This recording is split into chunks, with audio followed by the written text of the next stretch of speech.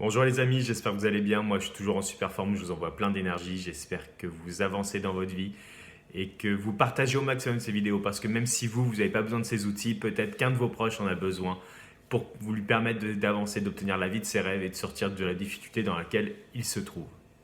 Aujourd'hui, une vidéo sur l'estime de soi. L'estime de soi va correspondre à la différence entre ce que l'on aimerait être et ce que l'on fait. Cette différence, c'est par exemple, j'ai envie de perdre du poids, et par contre, ce que je fais, je préfère rester sur le canapé, à regarder la télé, manger du chocolat.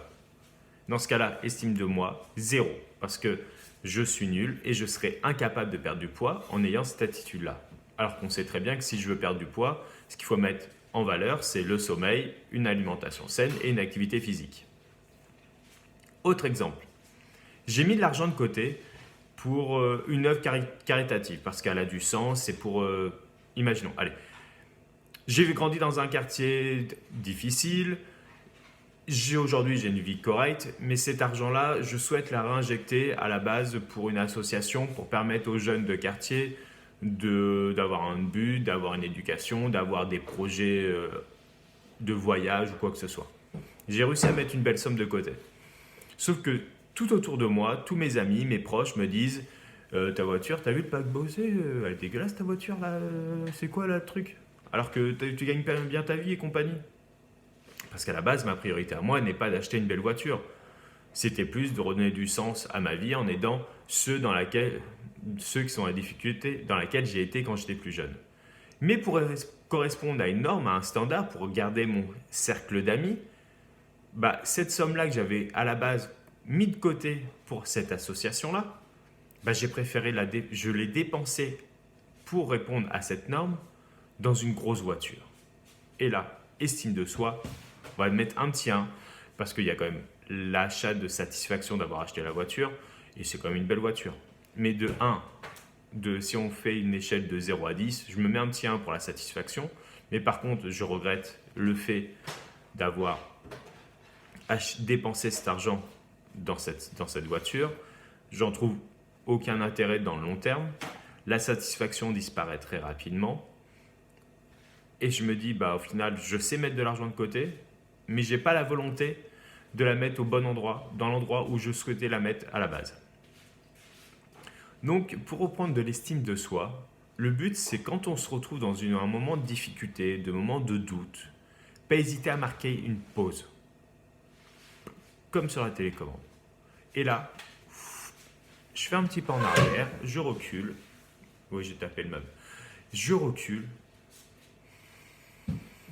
J'inspire, je prends le temps de respirer, de regarder ce qui se passe et me demander au niveau de mon cœur, au lieu de fonctionner avec le cerveau, ma pensée, les contraintes dans lesquelles j'ai grandi, juste pour arrêter de penser avec mon cerveau, j'essaye de penser avec mon cœur, avec ce que j'aimerais faire, ce que je souhaite faire et pas ce que les autres me diraient de faire. Ok ? Donc l'estime de soi, on essaie de se rapprocher au maximum de ce qu'on veut être. Un autre exemple, moi par exemple. Avant, donc je suis toujours paysagiste parce que je n'ai pas encore les revenus nécessaires pour me permettre de vivre de la fonction de coach, de mon métier de coach que je fais aujourd'hui. Mais si j'avais continué en tant que paysagiste, j'avais une certaine satisfaction parce que mon travail, je l'aimais, j'essaie d'apporter un maximum de valeur à mon travail, d'apporter du valeur à mes clients sur lesquels j'intervenais. Mais ça n'avait plus de sens pour moi. J'avais pas l'envie c'est pas un truc qui me motivait tous les matins à me lever et compagnie. Aujourd'hui, j'ai décidé de devenir coach par mon histoire, par rapport à mon développement personnel, par rapport à l'aide que j'ai apportée à ma fille quand elle était en difficulté. Et aujourd'hui, tous les matins, je me demande qu'est-ce que je vais apprendre de nouveau.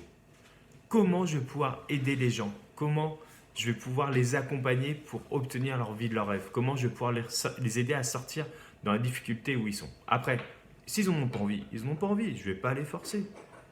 Mais tous les matins, je me dis que j'ai la chance d'avoir acquis l'ensemble de ces apprentissages et de pouvoir vous les distribuer. Et même si aujourd'hui, voilà, c'est tout début, donc Je rame, hein, comme tout le monde.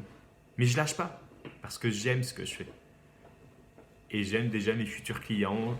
Et je m'imagine déjà dans quelques années où j'aurai des clients ou des amis qui vont me dire JF, ce que tu as fait, tu m'as aidé, grâce à toi, j'ai pu obtenir la vie de mes rêves.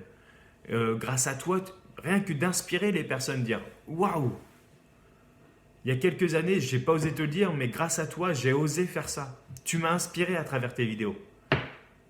Bah, tout ça, voilà. Ça me permet de, tous les matins, d'avoir une estime positive de moi parce que je sais que je me rapproche de mon but. Et mon but, c'est de pouvoir partager un maximum, de pouvoir vous aider et d'avancer ensemble afin d'obtenir la vie de nos rêves. Voilà. Bon les amis, je vous laisse. Parce qu'aujourd'hui c'était une petite vidéo courte, j'ai essayé de faire un peu plus court que d'habitude. Bon bah je vous envoie plein de bisous, je vous envoie plein de bonnes choses, plein d'ondes positives et puis à très bientôt pour d'autres vidéos, d'autres capsules. Allez, salut les amis!